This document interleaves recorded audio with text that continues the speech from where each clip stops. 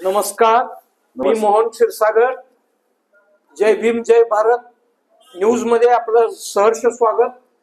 बंधूंनो, आज आपण बोलणार आहोत भारतीय जनता पक्षाच्या निलंगा विधानसभेचे प्रवक्ते सिद्धेश्वर बिराजदार बसपूरकर नुकत्याच महाराष्ट्रामध्ये होत असलेल्या नगरपालिकेच्या निवडणुकीच्या अनुषंगाने निवडणुकीचे नगर परिषद नगर पंचायतीचे पडगम वाजत आहेत. त्या अनुषंगाने लातूर जिल्ह्यामध्ये 3 नगरपालिका 1 नगरपंचायतीचे निवडणूक होत आहे. त्या निवडणुकीच्या अनुषंगाने 4 नगरपालिकाच्या निवडणुका होत आहेत, 1 नगरपंचायतीची निवडणूक होत आहे.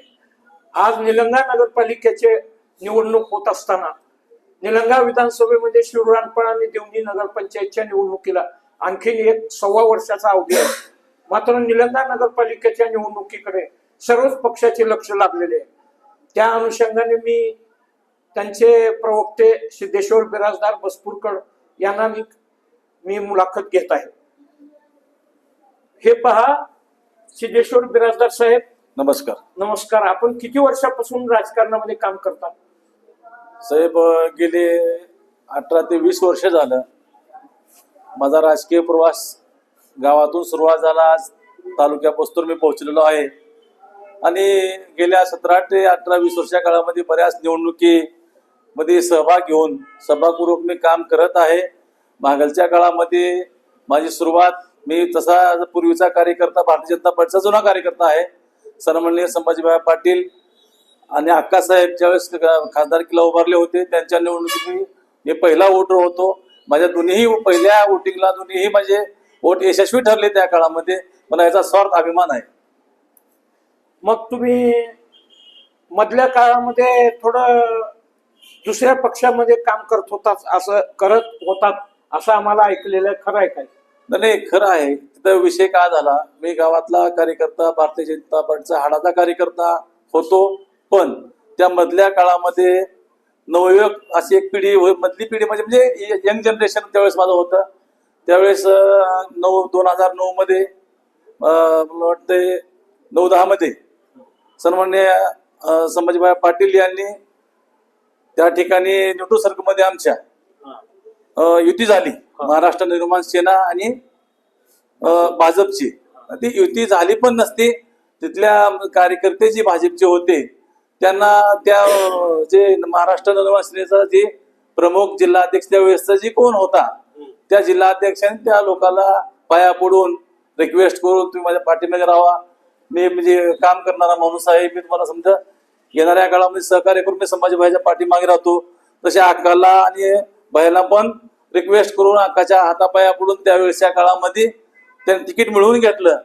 तिकीट मिळवून घेतलं ना, कशामुळे घेतलं तिकीट मिळवून? म्हणजे तिकीट द्यायचं कारण मी काय झालं, यांनी काय, या माणसाने काय म्हणलं, हे अभय साळुंखे या व्यक्तीने यांनी म्हणले मी तुमच्यापाशी कायमस्वरूपी, मी मरेपर्यंत मी तुम्हाला बैमान होणार नाही, अशा शब्दामध्ये त्या माणसानं बोलल्यानंतर बाईने होकार देऊन त्या माणसाला पाठिंबा दिला, निवडून पण आणलं आणि शेवटी माणूस बैमान पण झाला. बर, मग त्यावेळेस ते तुम्ही निर्णय नंतर भाजपमध्ये येण्याचा घेतला का? नाही, येण्याचं कारण काय झालं, आम्ही त्यावेळेस जुळले गेलो राहिलो बराच काळ. तो माणूस काय जुळल्यानंतर थोडेसे मधले संबंध आले राहिलो, पण मधल्या काळात जे काही कार्यकर्त्या काळातले सोबत होते त्या कार्यकर्त्याला न्याय मिळत नव्हता, सन्मानाची वागणूक मिळत नव्हती.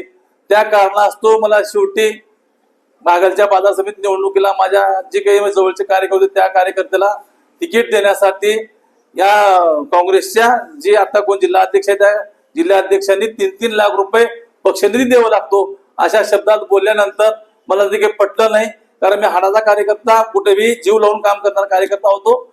त्या काळामध्ये यात मला तुम्ही पत्रकारात मला समजा माहित आहे, या इथं ज्यावेळेस आम्ही देशमुख ज्यावेळेस पालकमंत्री झाले त्या काळामध्ये जाहिराती असतील, पोस्टर बॅनर असतील, जे काही विषय असतील, वाढदिवस असतील, ही माझ्या स्वतःच्या सोयाबीन विकून मी तुम्हाला आडतीवर मिळून पैसे दिले. तुम्हाला माहिती आहे की तुम्ही सांगा. बरोबर आहे, खरं आहे. तुमची तळमळ होती त्या काळात. तुम्ही अभय साळुंखे आणि त्यांच्या नेतृत्वाला प्रामाणिकपणे तुम्ही स्वतःच्या शेतातले सोयाबीन विकून त्यांना मोठं करण्याचं काम केलं. हे सगळा तालुका जाणतोय. हे खरं आहे, पत्रकारांनाही माहित आहे. परंतु तरी सुद्धा तुम्ही इतका टोकाचा निर्णय घेतला, दुःख वाटत नाही का तुम्हाला? नाही, दुःख वाटतं. आम्हाला वाटतं होतं हा माणूस जमिनीवरला माणूस, हा मी नेतृत्व म्हणून त्याच्याकडे बघत होतो, तो माणूस मोठा होता, आम्हाला पण काही मोठं करल, पण तो माणूस आपल्याच म्हणजे आपल्याच ते काम म्हणतात त्याला, आपल्याच गागरीमध्ये समजा पाणी ओतून घ्यायचं आपल्याच राजनामध्ये, आणि बाकी ओके झाले सर, हा टाटा बाय करून लोकांना वाट लावायचं, असा माणूस स्वतःच बघणारा माणूस आहे. हा माणूस कुठल्याही माणसाचं भलं करू शकत नाही. या माणसावर मला वाटतं निलंगा तालुका किंवा लातूर जिल्ह्यातल्या जनतेनं, आता पण मी जे कोण इथं कोण निवडणुकीमध्ये नगरपालिकेमध्ये निलंग्याचे उभारलेत आणि कुठे उभारलेत, त्या लोकांनी काका केले, त्याला काका बोलले, काका नाही विषय, ते आता निवडणूक झाले लोक समजा बोलायला चालू करतील. बर, ठीक आहे. आता सध्या तुमच्यावर कोणती जबाबदारी दिली? आता मी भारतीय जनता पार्टीमध्ये मला येऊन 3.5 वर्ष 4 वर्षाचा काळ झाला, होतोय पूर्ण. सन्माननीय संभाजीभाई पाटील, अरविंद भाऊ पाटील यांनी मला सन्मानजनक वागणूक दिली आहे. माझ्या जी काही माझे कार्यकर्ते म्हणजे एसटी मित्र जी काही माझ्या सोबत आहेत त्यांना पण सन्मानजनक वागणूक आहे, आणि त्यांनी प्रत्येक कार्यकर्त्याकडे एक आपला सहकारी म्हणून या भावनेतून बघतात. प्रत्येकाचं कुठं काम काय काही शिल्लक राहिले का, कुठं काम नाही, काय काय झाले, हे स्वतः पाहणी करून प्रत्येकाला न्याय देण्याचा प्रयत्न करतात. आणि त्या न्यायाची पावती म्हणून मी आज तुमच्यासोबत विधानसभेचा प्रवक्ता म्हणून आज तुमच्या समोर मी आज आहे. बरं, तुम्ही नगरपालिका निवडणुकीच्या अनुषंगाने हे उमेदवार निवडत असताना संजय प्रमोद हालगरकर यांची निवड पक्षाने जाहीर केली का आमदार भैयांनी जाहीर केली निवड? नाही, असं नाही. भैयांनी कुठली भयाची म्हणजे निवड करायचे विषय भयाचा कुठलाही हात किंवा त्यांनी स्वतः कुठली निवड त्यांनी केलेली नाही. ही निवड एक नगरपालिकेमध्ये सुसज्ज माणूस, प्रामाणिक माणूस, प्रांजळ माणूस आणि लोकहिताचा लोकांची सेवा केलेला माणूस, असा माणूस लागतो. तर तो माणूस लोकांचं काम करू शकतो. या भावनेमधून सन्माननीय संभाजीभाई पाटील, अरविंदभाई पाटील, आकासाहेब यांना या निलंग्यात राहणाऱ्या जनतेने, जी प्रतिष्ठित लोक आहेत, प्रतिष्ठित व्यापारी आहेत, अशा सर्व जनतेने सांगितल्यानंतर भैयासाहेबांनी ही उमेदवारी डिक्लेअरी लोकांच्या म्हणण्यावर केली आहे. आणि लोकांना समजा जे माहित आहे काही विषय नाही. आणि आमचा उमेदवार 100% आज रोजी मी सांगतो 7 ते 10 हजार मतांना लीडनं निवडून येईल. परवा तुमचा मेळावा निलंग्यात भाजपचा झाल्यानंतर औशाचे आमदार म्हणले, संजू हालगरकर ही उमेदवारी मी दिली तुला पक्षाकडून, आणि बाळू शिंगाडे तू मला दोष दे, तुझं तिकीट आणि उमेदवारी मी कापलेलं आहे तुझं तिकीट, आणि संजू तू मला धन्यवाद दे, मी तुझं तिकीट मंजूर केलं. हे कराय कितपत कराय? नाही, कसा असतो विषय, एक मनाचा मोठेपणा. समजा आता आमचा पक्ष म्हणजे कुटुंब आहे आमचा. हो, सन्माननीय अरविंद आपलं अभिमन्यू पवार साहेब, अरविंद भाऊ पाटील साहेब, आमचे सन्माननीय संभाजीभाई पाटील साहेब, हे आमच्या कुटुंबातले. जरी त्यांनी म्हणले असले चांगलीच गोष्ट आहे ना, आमचाच माणूस म्हणला ना, त्यात दुमत काहीच नाही, काहीच विषय नाही. आमच्या समजा कुटुंबातल्या एखाद्या माणसानं मीही केलं म्हणलं तर चांगलीच गोष्ट आहे, त्याच्यात कसलं दुमत नाही. आमचं कुटुंब काय कोणी काही जर म्हणलं, आमचं म्हणलं विषय चांगलीच गोष्ट आहे. त्यांचा पण मोठा पाठिंबा आहे, आमचा त्यांना औषधामध्ये मोठा पाठिंबा आहे. आमचं समजा कुटुंब आहे, आम्ही कुटुंब घेऊन चालतो, असं वडावडी आमची कुठली नाही. सगळे तिन्ही आमदार, सगळे पक्ष एकजुटीनं शक्ती लावून उतरले. आमचा महायुती म्हणजे आमचा पूर्ण जी महायुती जिल्ह्यामध्ये आहे, आज रोजी महाराष्ट्रामध्ये आहे, आमची महायुती पूर्ण जिल्ह्यामध्ये मोठ बांधून आमचा पुढे जात आहे. याच्यात कुठलं दुमत नाही. बाकी थोड्याफार कुठली गोष्टी होत राहतात, त्याचा काही विषय नाही. मग ते तिकीट वाटप जे केलंय त्याने नगरसेवक पदासाठी, सगळे जवळजवळ एक मनोज कोळहे सोडला तर सगळे नवे उमेदवार दिसत आहेत. कशामुळे जुने का ठेवले नाहीत? मागच्या टर्मचे नगरसेवक का डावलण्यात आले? 99% तिकीट का नाकारण्यात आली? हे तुमचा अतिशय प्रश्न रास्त आहे. कारण जे 20 वर्ष 25 वर्ष जी कार्यकर्ते आहेत त्या सगळ्या लोकांना संधी मिळाली पाहिजे. 30 लोक नाही. आता एखादी माणूस ऍडजस्ट करावा लागतो जुना, असा विषय नाही, पण नवीन लोकांना संधी मिळाली पाहिजे ना, बार संधी. हो, एकाला जर तो लोक नाराज होणार, त्यासाठी नवीन चेहरे नव्या जी कसं असते पक्षामध्ये लोक समजा समोर काम करत नाहीत, काही पडद्यामागे काम करतात. त्यांना कोण गल्लीबोळामध्ये काम करताना असतं, कोण गावात काम करताना असतं, कोण शहरात कुठं प्रमुख, सध्या प्रत्येक लोकांना संधी द्यायचं काम सन्माननीय अरविंदभाई पाटील, सन्माननीय संभाजीभाई पाटील यांनी प्रत्येक लोकांना समोर कोण घटकाचा माणूस आहे प्रत्येकाला वागणूक म्हणजे चांगली देऊन, प्रत्येकाशी प्रामाणिक राहून प्रत्येकाला प्रत्येक जाती धर्माला समान संधी द्यायचा प्रयत्न केलाय. चांगली गोष्ट आहे. मग मला हे सांगा, आता हे सगळे जरी नवे उमेदवार दिले तरी एक प्रकारचं जोखीमच आहे. एक प्रकारचं नव्या उमेदवाराला उभा करून लोक स्वीकारतील का नाही, पहिलं जे काम केले 18 नगरसेवक ते समाधानी आहेत का, ते प्रचारात दिसतात का, का घरी बसलेत नाराज होऊन? तुम्हाला कसं वाटतंय? कोणीही आमच्या पक्षामध्ये कसलेही नाराज नाही. आमचा पक्ष फार मोठा आहे. आमच्या पक्षामध्ये अनेक ठिकाणी काम करायची संधी मिळते. हो, अजून इथून तुम्हाला माहिती आहे, आज पुढचे मेंबर आम्ही घेणार होतो, विषय नाही त्याच्यामध्ये. आणि नाराज व्हायचा काय विषय? शरद पेटकरला एक कार्यक्षम नगरसेवक होता, त्याची निराशा झालेली आहे त्याची. ऐका, शरद पेटकरचं तुम्ही मागे बाईट ऐकलं, स्वतः त्यांनी बोलले. त्यांनी काय म्हणले? त्यांनीच म्हणलं जो कार्यकर्ता 20-20 वर्ष काम केला त्या कार्यकर्त्याला पण संधी दिली पाहिजे, त्यांनी स्वतः सांगितलंय. मग असा माणूस, असा जनतेतला माणूस कोण आहे? असा कोण आहे मन मोठा करणारा?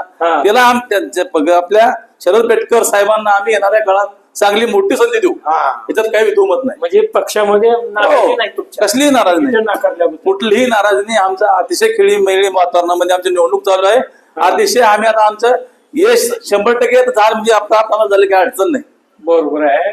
पण हे जे इथं जे काँग्रेस पक्ष जे निवडणूक लढवत आहे, जे आरोपाच्या फैरी झाडलेल्या आहेत, गेल्या 9 वर्षात भ्रष्टाचार झाला, रस्ते खाऊन टाकले, तुमच्या आमदारांनी खाऊन टाकले, अरविंद भैयांनी खाऊन टाकले, कागदावरच रस्ते दाखवले, विकास योजना 500 कोटी 400 कोटी कुठे गेले, हे जे प्रश्न विचारले याच्यावर तुमचं काम होत आहे. हो, मान्य मला. ठीक आहे, तुमचं म्हणणं असेल कागदावर काम केले, ठीक आहे.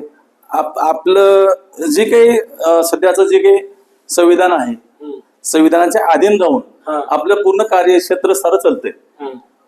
आणि तुम्ही जर कुठं कागदावर काम केलं असलो तसे तुम्ही डॉक्युमेंट दाखल करा. तुम्ही जावा कोर्टामध्ये घाला, तुमच्याकडे असले तर उघड तोंडाने आरोप करणं बरोबर ना. मी म्हणतो ना, ह्या माणसाने एवढे पैसे खाल्ले, मी जर म्हणलो अमित भाई देशमुखने 10,000 कोटी काय जमते का म्हणा, त्याला कुठला तरी आधार पाहिजे. माणसाने आधार घेऊन बोलला पाहिजे. बिना ही समजे आरोप बिनबुडाचे आहेत, त्यांना निवडणुकीमध्ये कुठला मुद्दा नसल्यामुळे हो की अतिशय म्हणजे ते खालच्या दर्जाचं राजकारण करत आहेत. या अशा लोकांना कोणीही बळी पडणार नाही. आणि निलंग्यातली जनता सुसज्ज, प्रामाणिक, प्रेमळ, प्रांजळ आमची जनता आहे. आणि आमच्या जनतेला आज रोजी तुम्ही बघचाल, रोज एक दिवसाळ रोज पाणी चालू आहे. हो, मागलच्या काळातून बघितलं असाल त्यांनी काय केलं. आता जी नगराध्यक्ष पदाला जे उमेदवार आहेत ते कुठं नगराध्यक्ष होते? आमच्यापासूनच होते. आता आमच्याच पक्षात किती गेले अटचिन्हाच्या वरी. त्यांचं कुठं काही ताळमेळ आहे का? एकाचा ताळमेळ एकाला नाही. बरं, मग हेच प्रश्न उलटा आहे माझा. तुम्ही नाराज केल्यामुळे अजित माने, हमीद शेख काही जे माणसं आले भाजपमधून काँग्रेसमध्ये, तर तुम्ही कोणते त्यांना नाराजी का सांभाळू शकलो नाही? असे कार्यकर्ते पक्षामध्ये का जोपासलो नाही? साहेब, तुमचा अतिशय वर्ष तुमच्या सोबत तुमचा अतिशय प्रश्न बरोबर आहे. या प्रश्नाकडे मी असं बघतो, एखादी तुम्हाला सभापती पद मिळालं, तुम्हाला नगराध्यक्ष पद मिळालं, कोणी नगरसेवक झाला, कोणी सभापती झाला महानगरपालिकेमधला, कोण जिल्हा परिषद मेंबर झाला, कोण जिल्हा परिषदचा सभापती झाला. तुम्हाला संधी मिळाल्यानंतर तुम्ही त्या पदावर समजा नाही, तुम्ही मागच्या लोकांना थोडी संधी थोडी बाजू देऊन थोडा वर्ष 4 वर्ष 2 वर्ष पक्षामध्ये काम करावं लागतं. तुम्हाला त्यापेक्षा देखील संधी मोठी मिळते. पण माणसाचा कसा पक्षामध्ये दम ठेवावा लागतो. पक्ष मोठा आहे, मोठा पक्ष असल्यामुळे माणसानं दम ठेवला पाहिजे. तुम्हाला ती जी आज सभापती असाल, तुम्हाला पक्षात अनेक मोठे पद मिळतील ना, त्याच्यामध्ये काय विषय. मग तुमच्या दम निघाले, दमाला पर्याय नाही. हो, पण तुमच्या हालत काय आज हालत काय देईल, कोण की केव्हा मिळेल की मिळायची अपेक्षा काही नाही. तुम्ही आज बघता, आज लातूरमध्ये काय अवस्था झाली. आज गडीचं खंडार उलटून पडलाय, एक धोंडा चाललाय गळून खळ. ती गडी कशी राहील आता? काल बिशेनाला गेले, तसले मोठे महापौर विक्रांत गोजमकुंडे साहेब त्यांनी भाजपमध्ये आले, राष्ट्रवादीमध्ये आमच्या महायुतीमध्ये झाले ना. अजित पवार तिकडे आले ना, शेवटी महायुती आमची. म्हणजे काय आले तुम्हाला कंटाळून? तुमच्या पैसे काय आज तुमचं समजा गळा गळून चालले सारं. मग तिथं जाण्यात आणि शेवटी निलंगा नगरपालिकेमधली जनता, मला तुम्हाला म्हणणं आहे, निलंगा मधल्या जनतेला काँग्रेस हा विषय गोल होत चालला आहे. गोल म्हणजे 0 होत चालले. 0 होणाऱ्या पक्षामध्ये काँग्रेसच्या तुम्ही जाऊ नका. त्यांना सहकार्य करायची गरज नाही. तुम्हाला निलंगा मतदारसंघामध्ये, निलंगा नगरपालिकेमध्ये तुम्हाला सन्माननीय आकासाहेब आहेत, सन्माननीय अरुण पाटील साहेब आहेत, आमदार साहेब आहेत, यांच्या नेतृत्वामध्ये मला मोठा फार पहिले पण 500 ते 600 कोटी निधी आलाय, मोठ्या प्रमाणात कामं झालेले आहेत. आपण खंबीरपणे या सन्माननीय संभाजीभाई पाटील यांच्या नेतृत्वाच्या पाठीमागे खंबीरपणे उभा राहावं ही तुम्हाला समजी आग्रहाची विनंती आहे. कुठल्याही मूलतापाला कसल्याही न बळी पडता येणाऱ्या काळात उद्या 2 तारखेला मतदान आहे. 2 तारखेला आपण सर्व मतदारांनी सर्व धर्म सर्व पंथ जाती सर्व असं कोण काही जर करत असलेल्या कुठल्याही गोष्टीला न बळी पडता आपल्या सर्वांना एकच चिंता, आपण कमळाच्या चिन्हापुढे मतदान करून प्रचंड मताने आमचे सन्माननीय संजय भाऊ हलगरकर व आमचे 23 उमेदवार यांना आपण विजयी करावं. सर्व आग्रहाची नम्रतेची कळकळीची विनंती. जय हिंद, जय महाराष्ट्र.